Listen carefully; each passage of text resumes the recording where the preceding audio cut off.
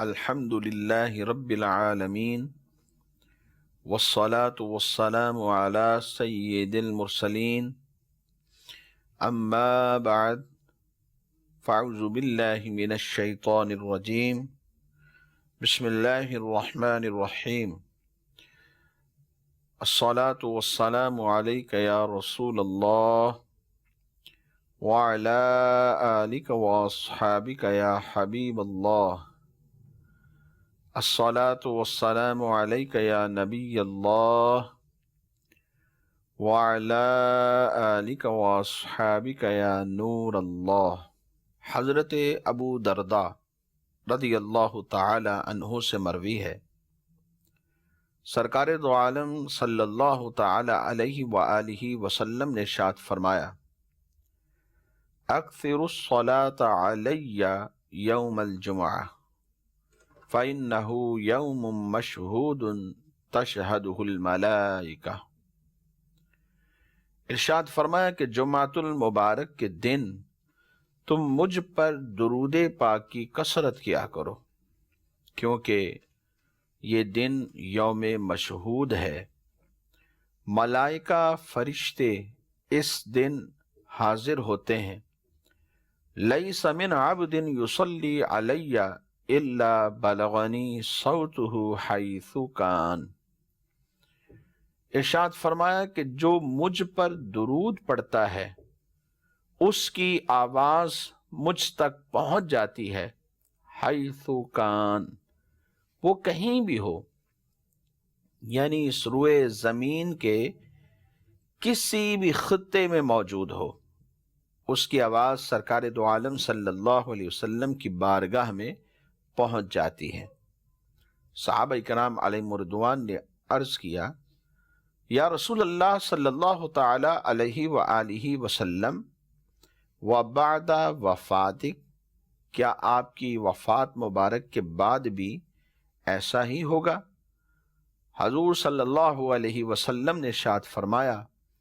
بعد وفاتی، ہاں، میری وفات کے بعد، میرے ظاہری پردہ فرما جانے کے بعد بھی ایسا ہی ہوگا۔ پھر اس کے بعد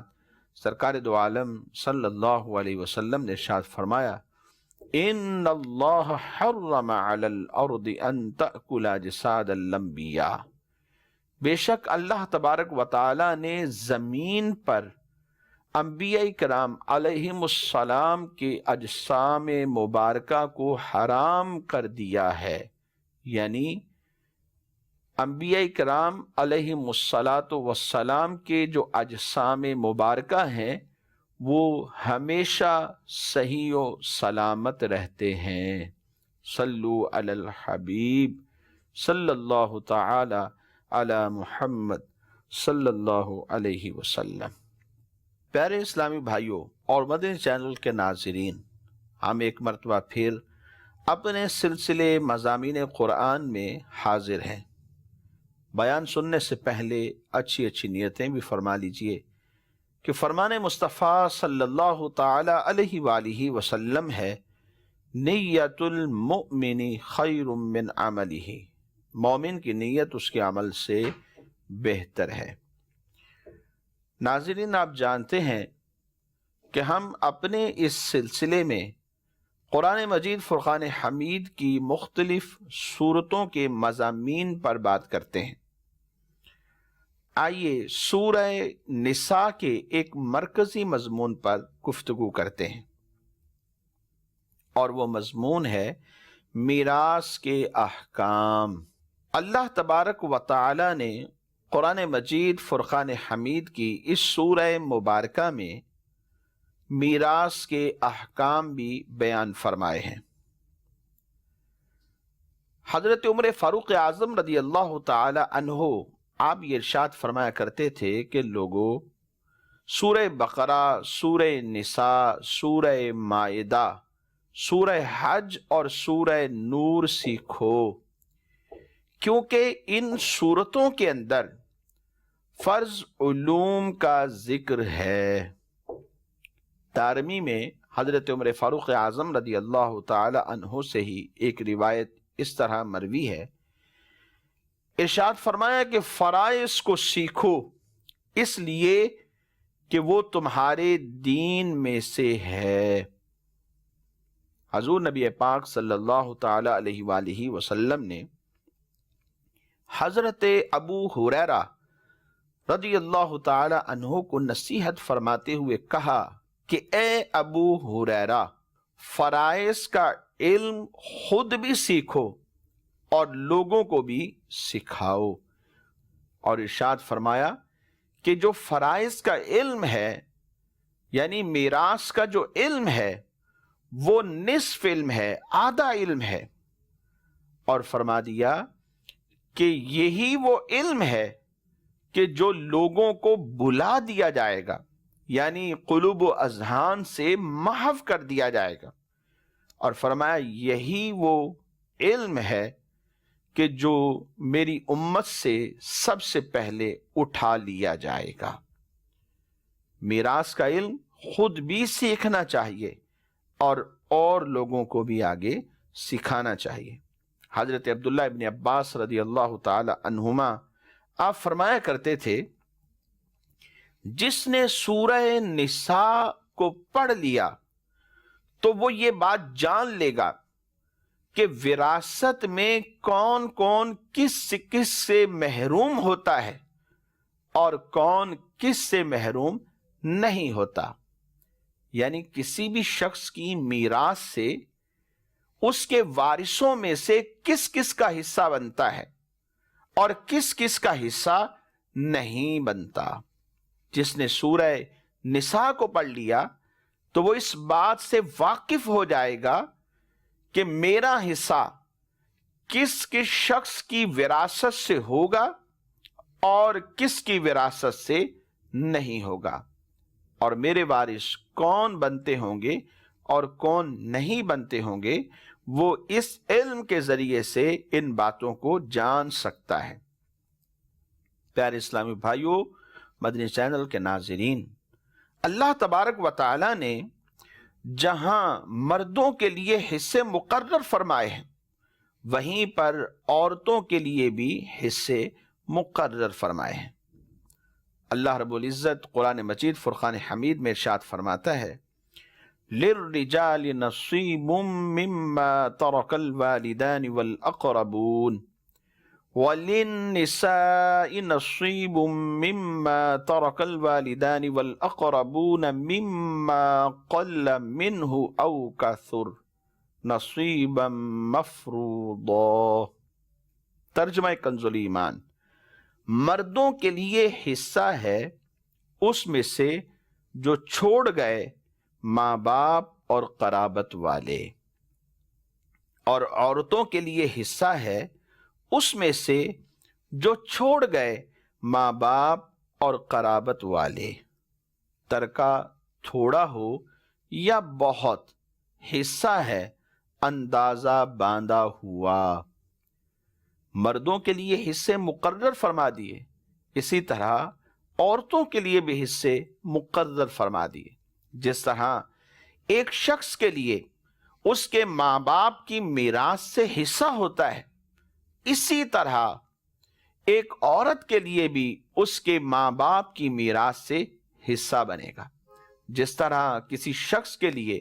بعض صورتوں میں اس کے قریبی رشتہ داروں کی میراث سے حصہ بن جاتا ہے، فرمایا اسی طرح بعض صورتوں میں عورتوں کے لیے بھی ان کے قریبی رشتہ داروں کی میراث سے حصہ ہوتا ہے۔ وہ کتنا ہوگا، یعنی مال کتنا ہو تو حصہ بنے گا اور کتنا ہو تو نہیں بنے گا، قرآن نے واضح اعلان کر دیا، فرمایا مما قل منہ او کثر، مال تھوڑا ہو یا زیادہ ہو، حصہ تو ہے، کتنا حصہ ہوگا جو اللہ تبارک و تعالی نے مقرر فرما دیا۔ پیارے اسلامی بھائیوں، مدنی چینل کے ناظرین، اصل معاملہ یہ تھا کہ زمانہ جاہلیت میں لوگ مردوں کو تو حصے دیا کرتے تھے، لیکن عورتوں اور بچوں کو وراثت کے مال سے محروم کر دیا کرتے تھے۔ اس آیت مبارکہ میں اللہ تبارک و تعالی نے زمانہ جاہلیت کی اس رسم کو باطل کر دیا، اور جہاں مردوں کے لیے حصے مقرر، وہیں پر یہ بھی واضح کر دیا کہ عورتوں کے لیے اور بچوں کے لیے بھی میراث کے مال میں سے حصہ ہوتا ہے۔ اس سے معلوم ہوا کہ بیٹے کو میراث دینا اور بیٹی کو محروم کر دینا یہ سری ظلم ہے اور حکم قرآن کے خلاف ہے۔ دونوں میراث کے حقدار ہیں، اور اس سے آپ اندازہ کیجئے کہ اللہ تبارک و تعالی نے گویا عورتوں کے حقوق کو بھی بیان فرما دیا۔ پتہ چل جاتا ہے کہ شریعت نے عورتوں کے حقوق کو بھی اہمیت دی ہے۔ حدیث مبارک میں ہے، سرکار دو عالم صلی اللہ علیہ وسلم نے ارشاد فرمایا، جو اپنے وارث کو میراث دینے سے بھاگتا ہے،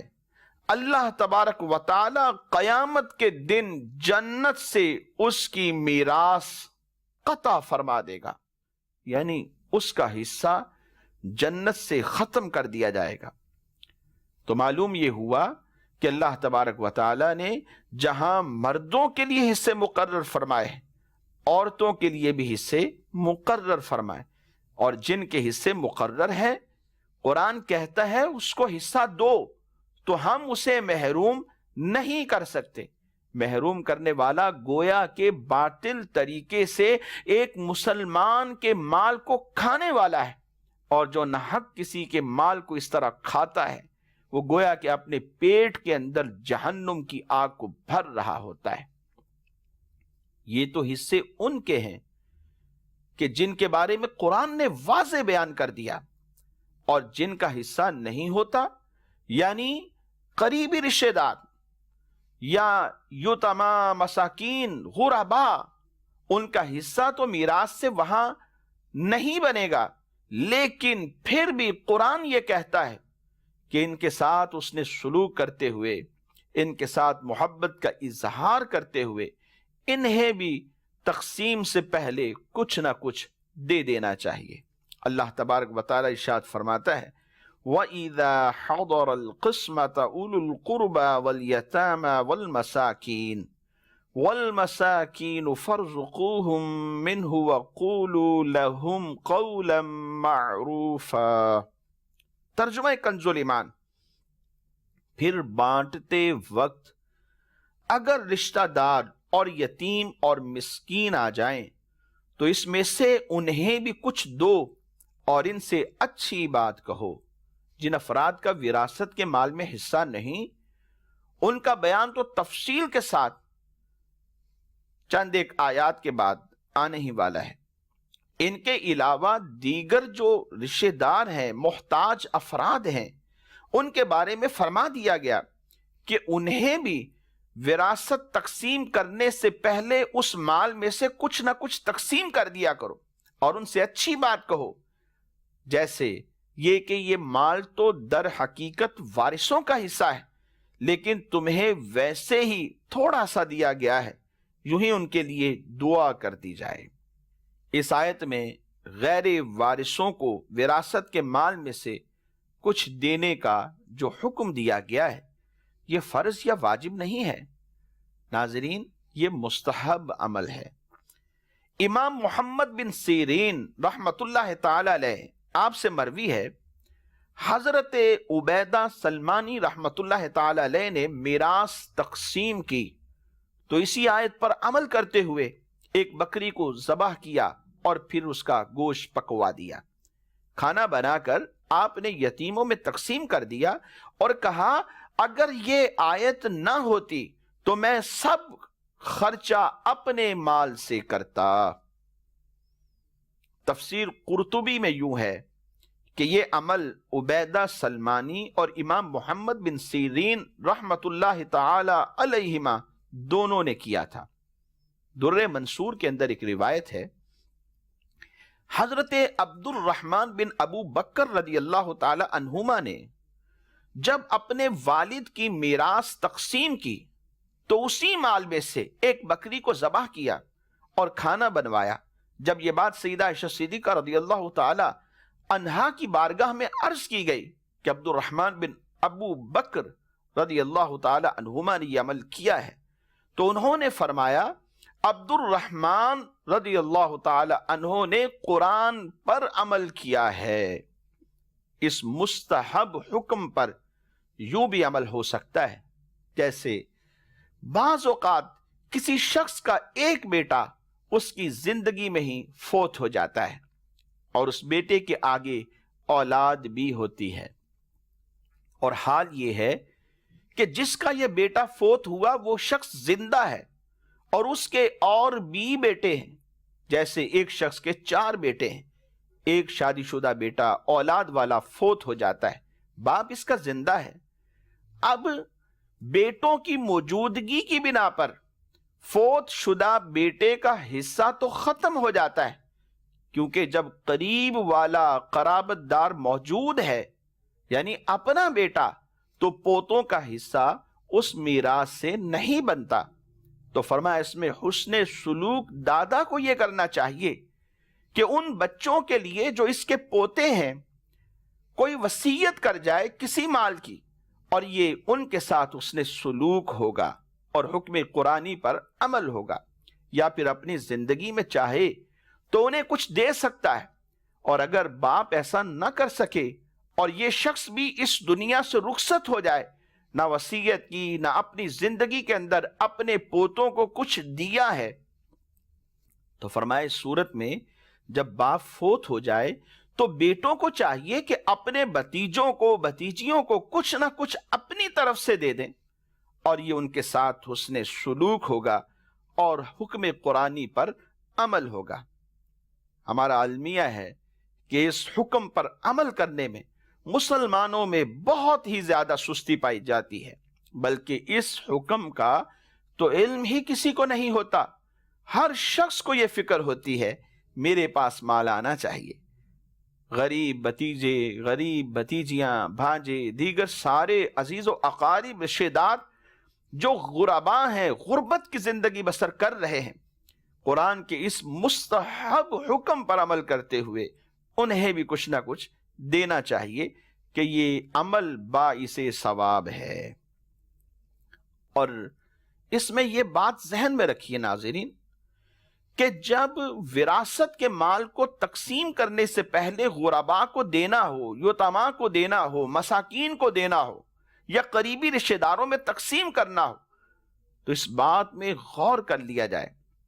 کہ مال میراث میں کوئی وارث نابالغ نہ ہو،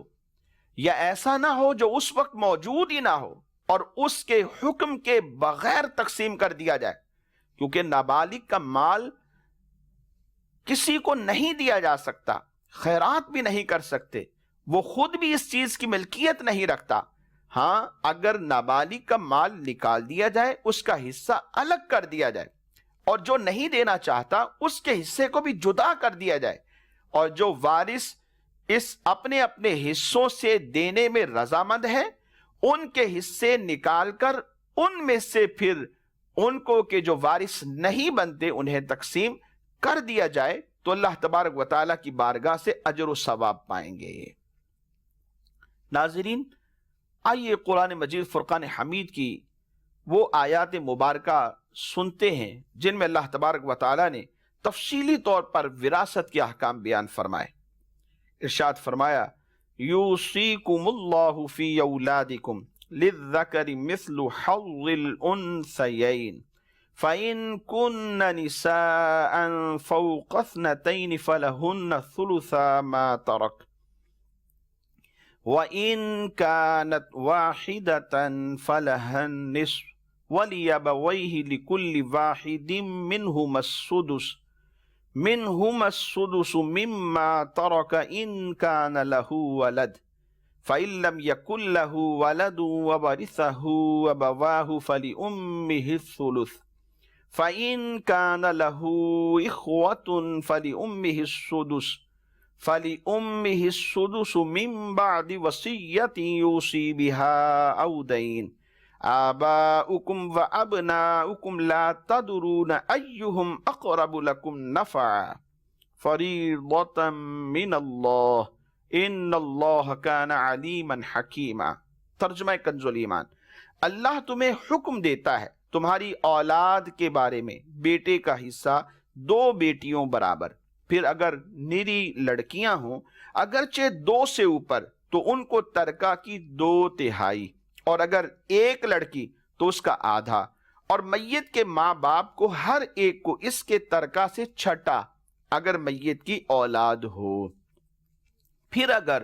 اس کی اولاد نہ ہو اور ماں باپ چھوڑے تو ماں کا 1/3، پھر اگر اس کے کئی بہن بھائی تو ماں کا 1/6 بعد اس وصیت کے جو کر گیا، اور دین کے۔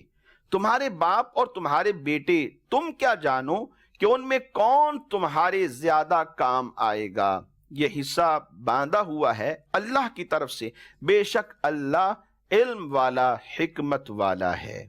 اور آگے ارشاد فرمایا وَلَكُمْ نِصْفُ مَا تَرَكَ أَزْوَاجُكُمْ إِن لَّمْ يَكُن لَّهُنَّ وَلَدٌ فَإِن كَانَ لَهُنَّ وَلَدٌ فَلَكُمُ الرُّبُعُ مِمَّا تَرَكْنَ مِن بَعْدِ وَصِيَّةٍ يُوصِينَ بِهَا أَوْ دَيْنٍ وَلَهُنَّ الرُّبُعُ مِمَّا تَرَكْتُمْ إِن لَّمْ يَكُن لَّكُمْ وَلَدٌ فَإِن كَانَ لَكُمْ وَلَدٌ فَلَهُنَّ الثُّمُنُ مِمَّا تَرَكْتُم مِّن بَعْدِ وَصِيَّةٍ تُوصُونَ بِهَا أَوْ دَيْنٍ وَإِن كَانَ الرَّجُلُ يُورَثُ كَلَالَةً أَوِ امْرَأَةٌ وَلَهُ أَخٌ أَوْ أُخْتٌ فَلِكُلِّ وَاحِدٍ مِّنْهُمَا السُّدُسُ فَإِن كَانُوا أَكْثَرَ مِن ذَلِكَ فَهُمْ شُرَكَاءُ فِي الثُّلُثِ مِن بَعْدِ وَصِيَّةٍ يُوصَىٰ بِهَا أَوْ دَيْنٍ غَيْرَ مُضَارٍّ وَصِيَّةً مِّنَ اللَّهِ وَاللَّهُ عَلِيمٌ حَلِيمٌ۔ ترجمہ کنزُ الایمان، اور تمہاری بیویاں جو چھوڑ جائیں اس میں سے تمہیں آدھا ہے اگر ان کی اولاد نہ ہو، پھر اگر ان کی اولاد ہو تو ان کے ترکہ میں سے تمہیں 1/4 ہے جو وصیت وہ کر گئیں اور دین نکال کر، اور تمہارے ترکہ میں عورتوں کا 1/4 ہے اگر تمہارے اولاد نہ ہو، پھر اگر تمہارے اولاد ہو تو ان کا تمہارے ترکہ میں سے 8واں جو وصیت تم کر جاؤ اور دین نکال کر، اور اگر کسی ایسے مرد یا عورت کا ترکہ بٹتا ہو جس نے ماں باپ اولاد کچھ نہ چھوڑے اور ماں کی طرف سے اس کا بھائی یا بہن ہے تو ان میں سے ہر ایک کو 1/6، پھر اگر وہ بہن بھائی 1 سے زیادہ ہوں تو سب 1/3 میں شریک ہیں میت کی وصیت اور دین نکال کر، جس میں سے اس نے نقصان نہ پہنچایا ہو۔ یہ اللہ کا ارشاد ہے اور اللہ علم والا حلم والا ہے۔ ناظرین، ان آیات مبارکہ میں آپ نے وراثت کی تفصیل سماعت کی، لیکن یہ یاد رکھیں وراثت کے احکام میں کافی تفصیل ہے، انہیں باقاعدہ مشق کے ساتھ سمجھنا پڑتا ہے، اور سمجھنے کے لیے کسی استاد کی صحبت بھی اختیار کرنی پڑتی۔ کثیر اصول و ضوابط ہیں جنہیں ملا کر اور ان آیات بینات کو سامنے رکھ کر پھر اس کے بعد حصے نکالے جاتے ہیں، ورنہ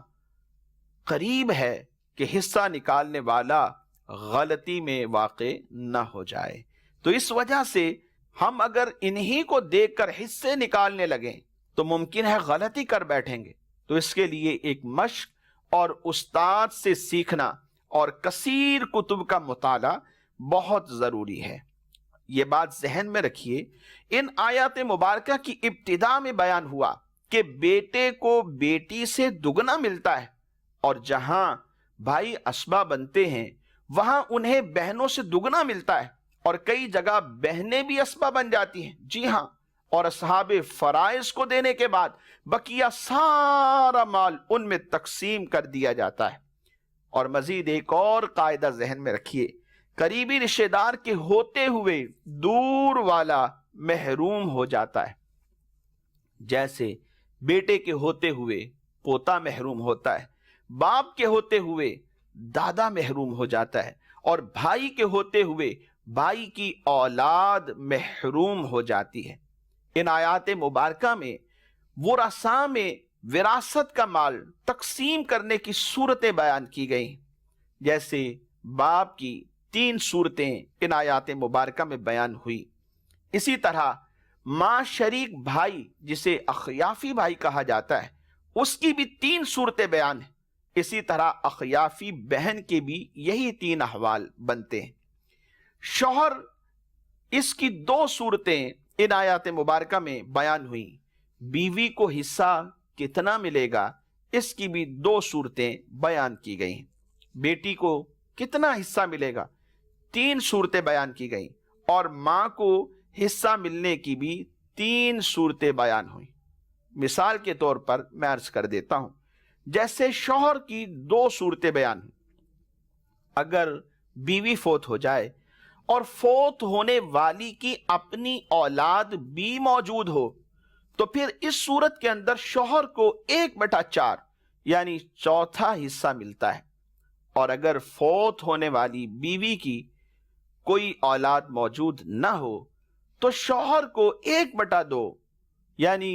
آدھا حصہ اس کے مال میں سے دیا جائے گا، اور بقیہ جو آدھا بچ جائے گا دیگر اصول و قواعد سامنے رکھتے ہوئے پھر ان کے دیگر اعزاء اقربا کا وہ حصہ ہوگا۔ اسی طرح بیوی کی 2 صورتیں بنتی ہیں۔ اگر شوہر فوت ہو جائے اور فوت ہونے والے شخص نے اپنی کوئی اولاد بھی چھوڑی ہو تو بیوی کو 8واں حصہ 1/8 دیا جائے گا، اور اگر فوت ہونے والے نے کوئی اولاد نہ چھوڑی ہو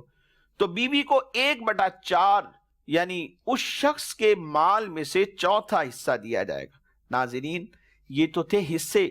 یاد رکھیے یہ سب احکام اللہ کی حدود ہیں۔ اللہ تبارک و تعالیٰ قرآن مجید فرقان حمید کی سورہ نساء کے اندر ہی ارشاد فرماتا ہے، تِلْکَ حدود اللہ وَمَن يُطِعِ اللَّهَ وَرَسُولَهُ يُدْخِلْهُ جنات تجری من تحتها الانہار خالدین فیہا وذالک الفوز العظیم ومن یعص اللہ ورسولہ ویتعد حدودہ یدخلہ نارا خالدا فیہا ولہ عذاب مہین۔ ترجمہ کنز الایمان، یہ اللہ کی حدیں ہیں، اور جو حکم مانے اللہ اور اس کے رسول کا، اللہ اسے باغوں میں لے جائے گا جن کے نیچے نہریں رواں، ہمیشہ ان میں رہیں گے، اور یہی ہے بڑی کامیابی۔ اور جو اللہ اور اس کے رسول کی نافرمانی کرے اور اس کی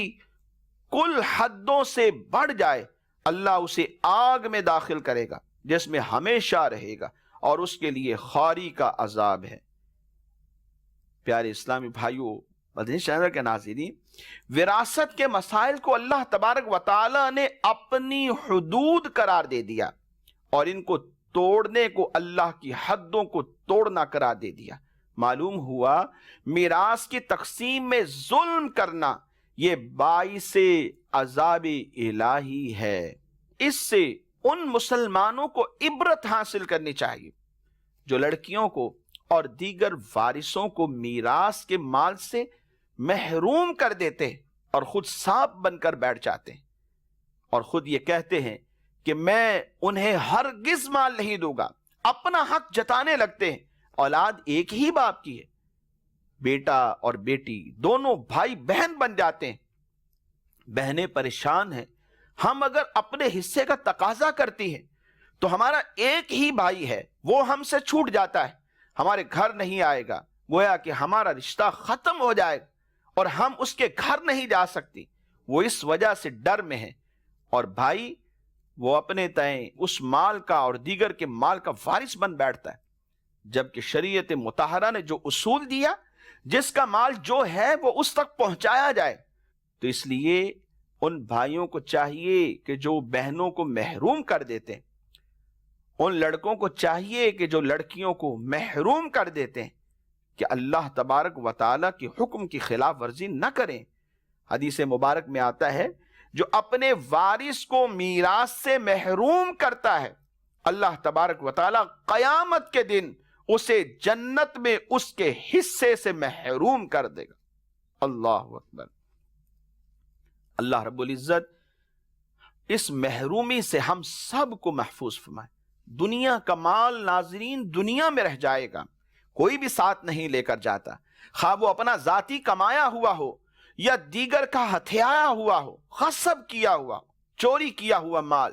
اسی طرح مال میراث جو بہنوں کا تھا اس کے اوپر ڈاکہ ڈالا ہوا ہو، تسلط جمایا ہوا ہو اور سانپ بن کے انسان بیٹھ جائے، سارا مال دنیا میں رہ جاتا ہے۔ عافیت اسی میں ہے، اللہ کے حکم پر عمل کیا جائے، اور جو اللہ کے حکم پر عمل کرتا ہے وہ دنیا میں کامیاب ہے اور آخرت میں سرخرو ہوگا۔ اس کا مال اس کے لیے عذاب کا سبب نہیں بنے گا، بلکہ اس کا مال اس کے لیے آخرت میں بھی آسانی کا سبب بن سکتا ہے۔ اللہ تبارک و تعالی سے دعا گو ہوں اللہ کریم ہم سب کو اپنے احکام پر عمل کی توفیق عطا فرمائے، آمین بجاہ النبی الامین صلی اللہ تعالی علیہ وآلہ وصحابہ وبارک وسلم۔